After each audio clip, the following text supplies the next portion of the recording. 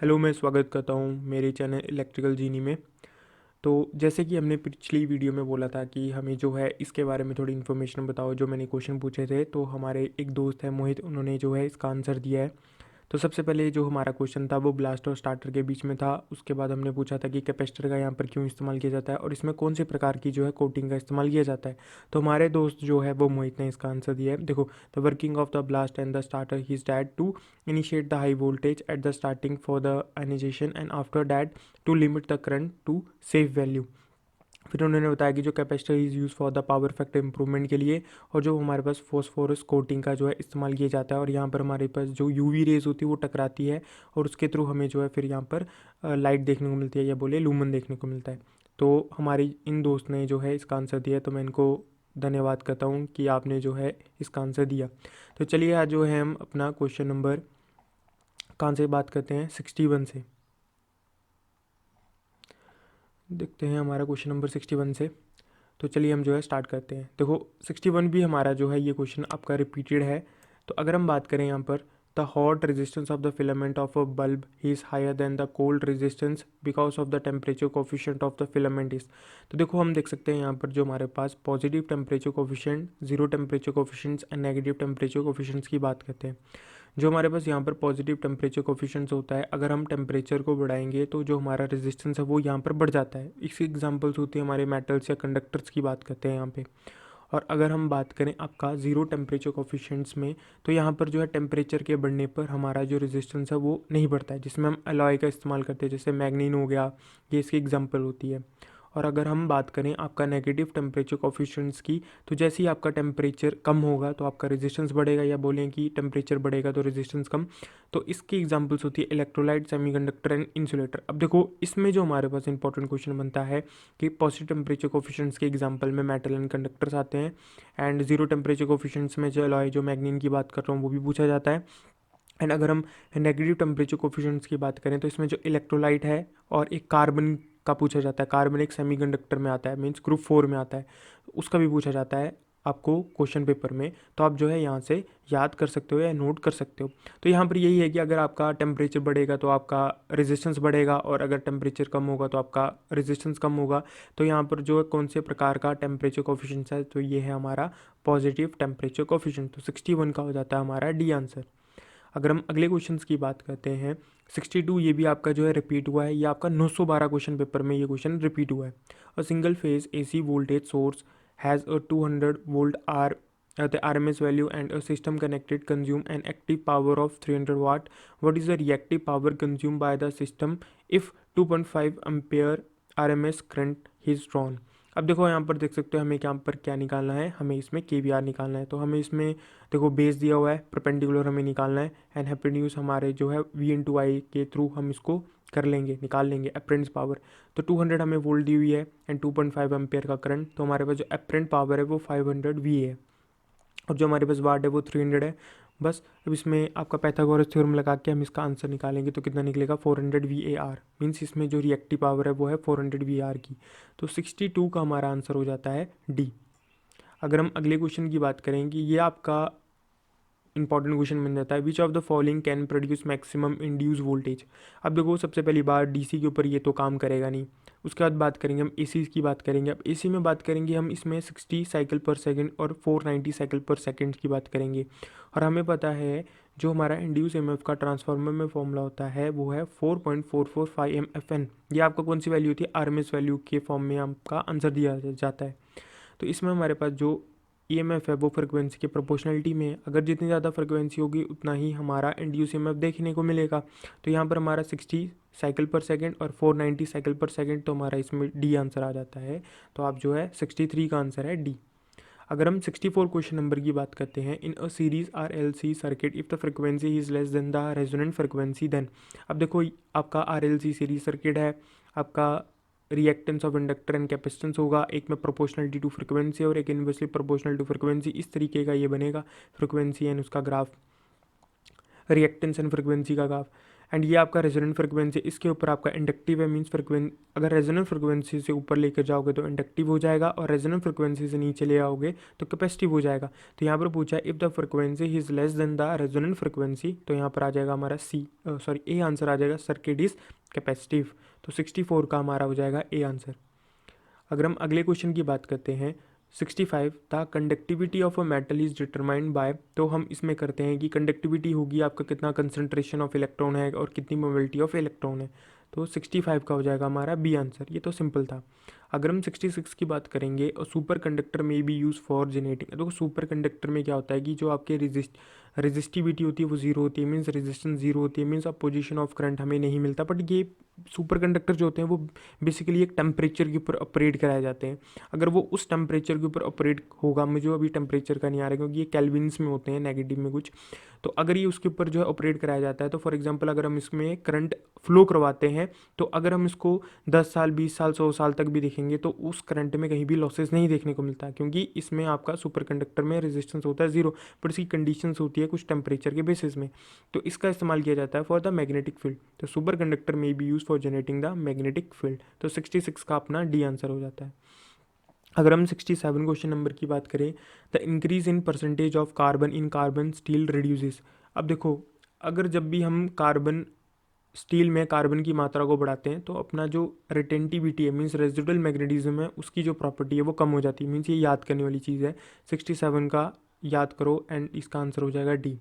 अगर हम 68 की बात करते हैं, the magnetic field required to reduce a residual magnetism to zero ही इसका। अब देखो, इसमें बात की है कि जो आपका रेजिडुअल मैग्नेटिज्म है, कौन चीज़ उसको जो है ज़ीरो लेकर आती है, तो वो आपका है क्रॉसिविटी। अब इसमें जो है कमेंट सेक्शन में आप ये मेरे को बताओ कि इसमें जो बी है इसकी यूनिट क्या है, जो एच है उसको बोलते क्या है, एंड इसकी यूनिट क्या है। तो ये आप जो है मेरे को कमेंट सेक्शन में बता सकते हैं, ये बहुत ज़्यादा इंपॉर्टेंट है। दोनों की यूनिट बताना है आपने, इसका फिर आपने बतानी है कि इसको वेबर पर टर्न बोलते हैं, क्या बोलते हैं इसको, इसका फॉर्मूला क्या होता है एच का, एंड एच होता क्या है। तो ये आप जो है मेरे को बता सकते हो। 68 का वैसे बनता है अपना बी आंसर। अगर हम 69 की बात करेंगे, और ट्रांसफार्मर ट्रांसफॉर्म्स, तो ट्रांसफार्मर क्या ट्रांसफॉर्म करता है। देखो, ट्रांसफर तो ये पावर करता है, क्योंकि आपका प्राइमरी एंड सेकेंडरी साइड की जो पावर है वो दोनों सेम है, बट ये ट्रांसफॉर्म क्या करता है, जैसे step up and step down की बात करेंगे। स्टेप अप में ये क्या करेगा कि सेकेंडरी साइड की वोल्टेज को बढ़ा देगा, स्टेप डाउन में क्या करेगा, सेकेंडरी साइड की वोल्टेज को कम कर देगा। तो ये आपको बेसिक नॉलेज पता है। तो transformer transform voltage and current. 69 question number का सी आंसर। अगर हम इसमें 70 क्वेश्चन की बात करते हैं, तो 70 क्वेश्चन जो है बड़ा ज़्यादा लेंथी बन जाता है जब इसमें पेपर में इसको सॉल्व करेंगे, क्योंकि इतना टाइम नहीं होता, बट ये बड़े क्वेश्चन उसमें जो है फिर डाल देते हैं। तो in a power transformer the core loss is 50 watt at 40 hertz and 100 watt at 60 hertz under the condition of same flux density in both the cases the core loss at 50 hertz will be. तो देखो, हमें पता है कि जो अपना core losses हैं वो आपका एक में हिस्ट्रीसिस होगा, एक में एडी होगा। तो हिस्ट्रीसिस में फ्रिक्वेंसी एफ होती है और एडी करंट में एफ स्क्वायर होती है। तो हम लिख सकते हैं यहाँ पर कि 40 फ्रिक्वेंसी पर 50 वाट है आपका लॉसेस, एंड 60 फ्रिक्वेंसी पे आपका 100 है। तो जब इसको सॉल्व करेंगे तो ए और जो बी है हमारे वो निकलेंगे। जैसे आप देख सकते हो, बी है 1/48 एंड ए अपना 0.4175। तो ये उधर निकाल लेना क्वेश्चन पेपर में, ये लास्ट में करना है इस क्वेश्चन को, नए टाइम कंज्यूमिंग क्वेश्चन है। और फिर इसमें जो है 50 हर्ट्स के बेसिस में हम इसको डालेंगे, एफ में 50 हो जाएगा आपके हिस्ट्रीसिस वाले में, और एडी करंट में 50 का स्क्वायर। तो इसमें आंसर निकलेगा अपना 73। तो 70 का आंसर हो जाएगा आपका बी 73। अगर हम अपना अदर क्वेश्चन की बात करते हैं, in 71 question number, in a transformer the primary ampere turn are counter balance by. देखो, प्राइमरी एम्पेयर टर्न्स क्या है, primary ampere turns N1 I1 ये हो गए एम्पेयर टर्न। तो उसको काउंटर बैलेंस कौन करेगा, N2 I2। मतलब N2 की पूछेंगे, N2 I2 पूछेंगे तो N1 I बोल देना, N1 I1 बोलेंगे तो N2 I2 बोल देना। तो यहाँ पर हो जाएगा 71 का ए आंसर। अगर हम अगले क्वेश्चन की बात करते हैं, स्क्रीन को हो क्या रहा है आज।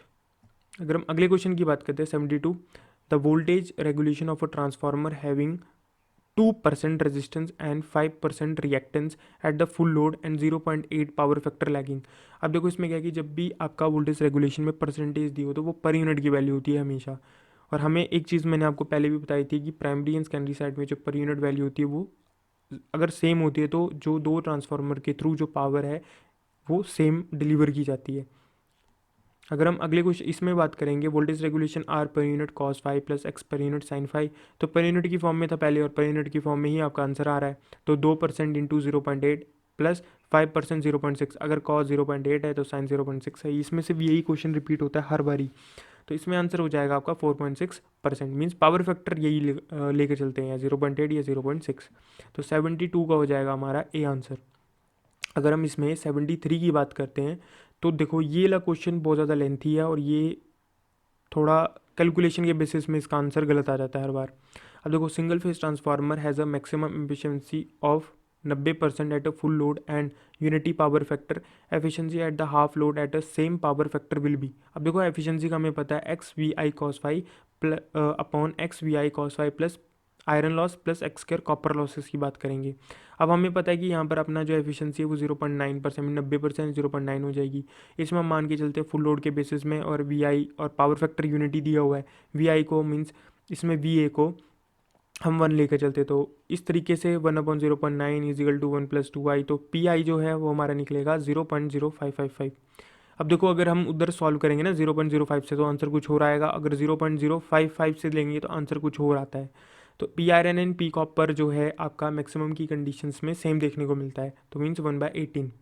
अब अगर हाफ लोड की बात करेंगे तो 1/2 अपॉन 1/2, क्योंकि हाफ लोड की बात हो रही है यहाँ पर, जो एक्स है उसको हाफ ले लिया है, उसको हमने 1 ही लेकर चले हुए हैं। पेन P I plus 1/2 of P copper हो जाएगा। बस अब हम इसमें कहना है पी आयरन की वैल्यू डालेंगे जो हमने 1/18 निकाली थी, एंड पी कॉपर की भी 1/18 डाल देंगे यहाँ पे। अगर इसमें फिर हम सॉल्व करेंगे तो 87.8% जो है हमें आंसर देखने को मिलता है। इसमें अगर मैंने जैसे लिया 0.055 लेके इसमें आंसर आया 87.8, अगर आप 0.05 लोगे तो आंसर आपका 86 समथिंग आएगा। तो ये थोड़ा इंपॉर्टेंट है, इसको हमेशा याद करके चल जाना। अगर आपका जो है पेपर होगा, इसको सीधा डायरेक्ट याद कर लेना, सॉल्व करने की वहाँ पर जरूरत नहीं है। 87.8% अगर ये रिपीट हो जाता है, जैसे 829 क्वेश्चन पेपर में पुराने क्वेश्चन रिपीट हुए थे, तो 73 क्वेश्चन नंबर का आंसर हो जाएगा अपना डी। अगर हम अगले क्वेश्चन की बात करते हैं 74 question number, the grain oriented laminated sheet steel in a transformer reduces. देखो, अगर अब इसमें सिलिकॉन का इस्तेमाल किया जाता है तो हम एडी करंट लॉस बोलते हैं, बट इसमें सिलिकॉन गायब है, तो इसमें याद रखना क्या होगा इसका आंसर, हिस्टेरिसिस लॉस। 74 का हो जाएगा अपना सी आंसर। अगर हम इसमें बात करें 75 क्वेश्चन नंबर की, अगर हम बात करते हैं the winding use in a 3 phase shell type transformer is, तो शेल टाइप में हम जो है सैंडविच या इंटरलीव वाइंडिंग का इस्तेमाल किया जाता है। तो आप मेरे को कोर में बताओ कौन सी प्रकार की वाइंडिंग का इस्तेमाल किया जाता है। अगर हम 76 क्वेश्चन नंबर की बात करते हैं, the two transformer when operated in parallel will share the load depending upon which of the following. देखो, दो ट्रांसफार्मर अगर पैरेलल में ऑपरेट कर रहे हैं तो वो किस बेसिस में अपना जो है शेयर करेंगे लोड, तो वो पर यूनिट इम्पिडेंस के बेसिस में इक्वल लोड शेयर करेंगे। अगर इसमें necessary condition and desirable condition की बात करते हैं तो वोल्टेज रेटिंग ही सेम होनी चाहिए, पोलैरिटी मस्ट भी सेम होनी चाहिए, phase shift in the secondary of the transformer must भी सेम, फिर फेज सीक्वेंस मस्ट भी सेम होनी चाहिए। नेसेसरी मीन्स होनी ही चाहिए, एंड डिज़ायरेबल का मतलब हो या ना हो कोई इतना ज़्यादा फर्क नहीं पड़ता। अब जैसे एक्स वाई आर रेशियो आपका सेम होना चाहिए, जिसके थ्रू आपका पावर फैक्टर सेम होगा दोनों ट्रांसफार्मर का, और इसमें जो आपका पर यूनिट इंपेडेंस अगर इक्वल होगा तो लोड शेयरिंग आपका जो है इक्वल होगी। अब देखो, होता गया कि कभी कभी जो है हम दो प्रकार के ट्रांसफार्मर कनेक्ट कर लेते हैं, एक छोटा एक बड़ा।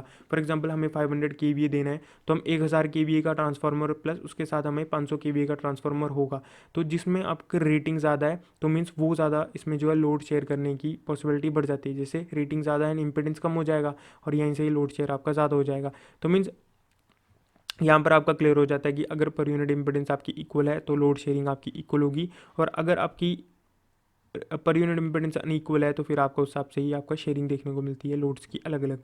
76 का हो जाएगा अपना सी आंसर। ये रिपीटेड क्वेश्चन है, बड़ी बार रिपीट हुआ है क्वेश्चन है और इंपॉर्टेंट है ये। अगर हम 77 क्वेश्चन नंबर की बात करेंगे, the stray losses in an electrical machine he sum of, तो ये आपका आयरन और मैकेनिकल लॉसेज के सम होते हैं, ये लर्न कर लो, रिपीटेड और important. The teeth of an armature of a DC machines are something screwed and this is done to reduce। तो इसमें क्या है कि वाइब्रेशन को कम करने के लिए हम जो इस्तेमाल करते हैं, और ये आपका कोगिंग का केस बनता है, और एक क्रॉलिंग का केस बनता है। तो क्रॉलिंग में आप मेरे को बता सकते हो कि क्रॉलिंग में होता क्या है। इन दोनों में से किस में जो है आपका मोटर जो होती है वो रुक जाती है, और किस में जो है वो 1/n/7 स्पीड में जो है वो रोटेट करती है। अगर हम इसमें 79 क्वेश्चन नंबर की बात करेंगे, ये आपका 829 में मे बी रिपीट हुआ है, मेरे को क्लियर याद नहीं है, बट ऐसा ही क्वेश्चन रिपीट हुआ है इसमें। An 8-pole DC generator has a single-phase wave-wound armature containing 32 coils of a 6 turn each, and the flux per pole is 0.06 Weber. If the generator is running at a 250 RPM, the induced armature voltage will be. अब देखो इसमें चाहिए हमारा EMF चाहिए E=P5 NZ60/A। तो P पोल हमें दिया और ये क्या है अपना लैप एंड वेव है। तो वेव है तो पोल हमारे पास इसमें 8 होंगे, बट इसमें जो पैरेलल पाथ होंगे वो हमेशा 2 हमें जो है देखने को मिलते हैं। एंड इसमें फ्लक्स हमें दिया हुआ है 0.06 वेबर। आरपीएम की फॉर्म में दिया है 120 आरपीएम रेडियन पर मिनट, एंड 60 हमें हो गया और ए हमें पता है। अब कंडक्टर्स की बात करते हैं। अब देखो हमें पता है कि ये एक एक टर्न में 2 कंडक्टर होते हैं और नंबर ऑफ टर्न से हमारी क्या बनती है, कॉइल बनती है। तो हमारे पास कॉइल कितनी है, 32, और एक कॉइल में 6 टर्न है। तो अब 6 टर्न है, 6 टर्न में 2 कंडक्टर, 6 2 12, एंड 12 से 32 मल्टीप्लाई करेंगे तो हमारे टोटल नंबर ऑफ कंडक्टर हमें जो देखने को मिल सकते हैं। जैसे यहाँ पर 32 × 2 × 6 कर लेंगे हम। इसमें 6 टर्न्स हो गए, 2 कंडक्टर हो गए, एंड 32 कॉइल है। तो जब हम इसको मल्टीप्लाई करेंगे तो हमारा कितना निकलेगा, 384।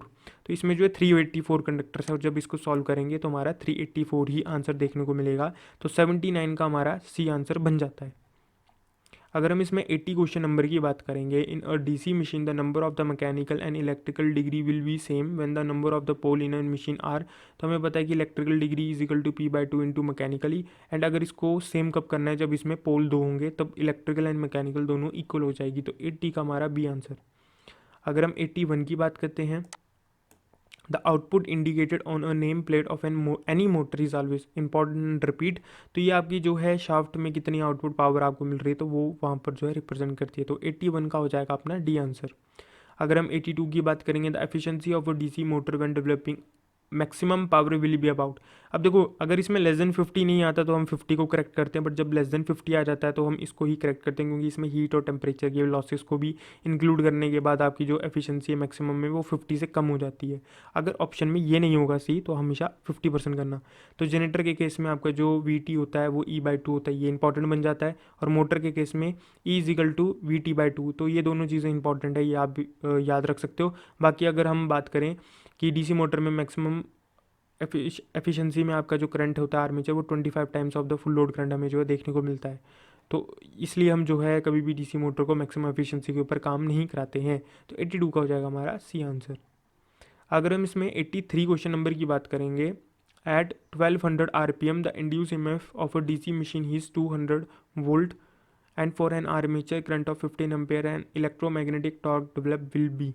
अब देखो पावर = T ओमेगा होता है, पावर अपॉन ओमेगा = टॉर्क होता है। ओमेगा होता है रेडियन पर सेकंड की फॉर्म में, हम इसको जो है, और हमें एन दिया हुआ है रेडियन पर मिनट की फॉर्म में। तो इसका जो ओमेगा का फॉर्मूला होता है 2πn/60 हो जाता है, और एन को हम जो है 1200 RPM में हो जाएगा, जिसके थ्रू जो ओवरऑल आंसर है वो रेडियन पर सेकंड की फॉर्म में आ जाएगा। तो इसमें हम ये हो जाएगा ई हमें पता है कितना 200 है, एंड करंट हमें पता है 15 है। जब इसको सॉल्व करेंगे तो कितना आएगा 23.8 न्यूटन मीटर आ जाएगा आंसर। तो 83 का हमारा हो जाएगा फिर इसमें ए आंसर। अगर हम इसमें 84 की बात करेंगे, the efficiency of a DC machines can not be determined by the Swinburne test. देखो स्विनबर्न टेस्ट से हम इसको क्यों इस्तेमाल नहीं करते हैं, क्योंकि देखो जो स्विनबर्न टेस्ट होता है वो नो लोड के ऊपर काम करता है, और नो लोड पे हमारा डीसी सीरीज़ मोटर काम नहीं करती है। तो इसमें बात करेंगे, इसमें जो है फिर आप मेरे को बताओगे जो स्विनबर्न टेस्ट है उसमें कौन सी प्रकार की मोटर का इस्तेमाल करते हैं, मतलब शंट में, कंपाउंड में, या सीरीज़ में। सीरीज़ का तो देखो हो ही क्या कि क्लियर नहीं, तो शंट एंड कंपाउंड दोनों, या दोनों में से नहीं, या दोनों में से दोनों, या दोनों में से एक। अब देखो इसमें क्या, सीरीज़ मोटर है वो वेरी हाई स्टार्टिंग टॉर्क मिल जाएगी स्टार्टिंग में ही, excessive current from the supply from the main on no load, and series motor run at a dangerously high speed on no load. तो इसका हो जाएगा सब है इसमें ऑल ऑफ दिस। तो 84 का डी आंसर हमें जो है देखने को मिलता है। अगर हम इसमें 85 की बात करते हैं, और 3 phase alternator are invariably connected in star so has to. अब देखो हमें पता है कि जब भी हम स्टार कनेक्शन की बात करते हैं तो इसमें इंसुलेशन कम लगती है, और हम जब डेल्टा की बात करते हैं तो उसमें इंसुलेशन ज़्यादा लगती है। तो जब इन दोनों के कंपैरिजन में हमें देखने को मिलता है कि हम स्टार कनेक्शन में ज़्यादा टर्मिनल वोल्टेज को प्रोड्यूस कर सकते हैं, अगर इंसुलेशन के बेसिस में दोनों का कंपेरिजन करें स्टार एंड डेल्टा का। तो 85 का हो जाएगा हमारा बी आंसर। अगर हम इसमें 86 की बात करेंगे, तो armature reaction effect in synchronous machine depends upon. तो आर्मेचर रिएक्शन इफेक्ट होता है सिंक्रोनस मशीन का, वो power factor of the load and speed of the armature दोनों के ऊपर जो है डिपेंड करता है। तो 86 का आपका बन जाएगा डी आंसर। अब इसमें बात करें सिंक्रोनस मोटर जनरली हैव, तो इसमें क्या होता है, आपका सिलियन पोल रोटर का जो है इस्तेमाल करते हैं। इसके एडवांटेज एंड डिसएडवांटेज होती है इनकी थोड़ी, तो वो आप जो है देख सकते हो। मतलब एडवांटेज नहीं, मैं थोड़ा सा इसको डिफरेंस में डाला जाता है।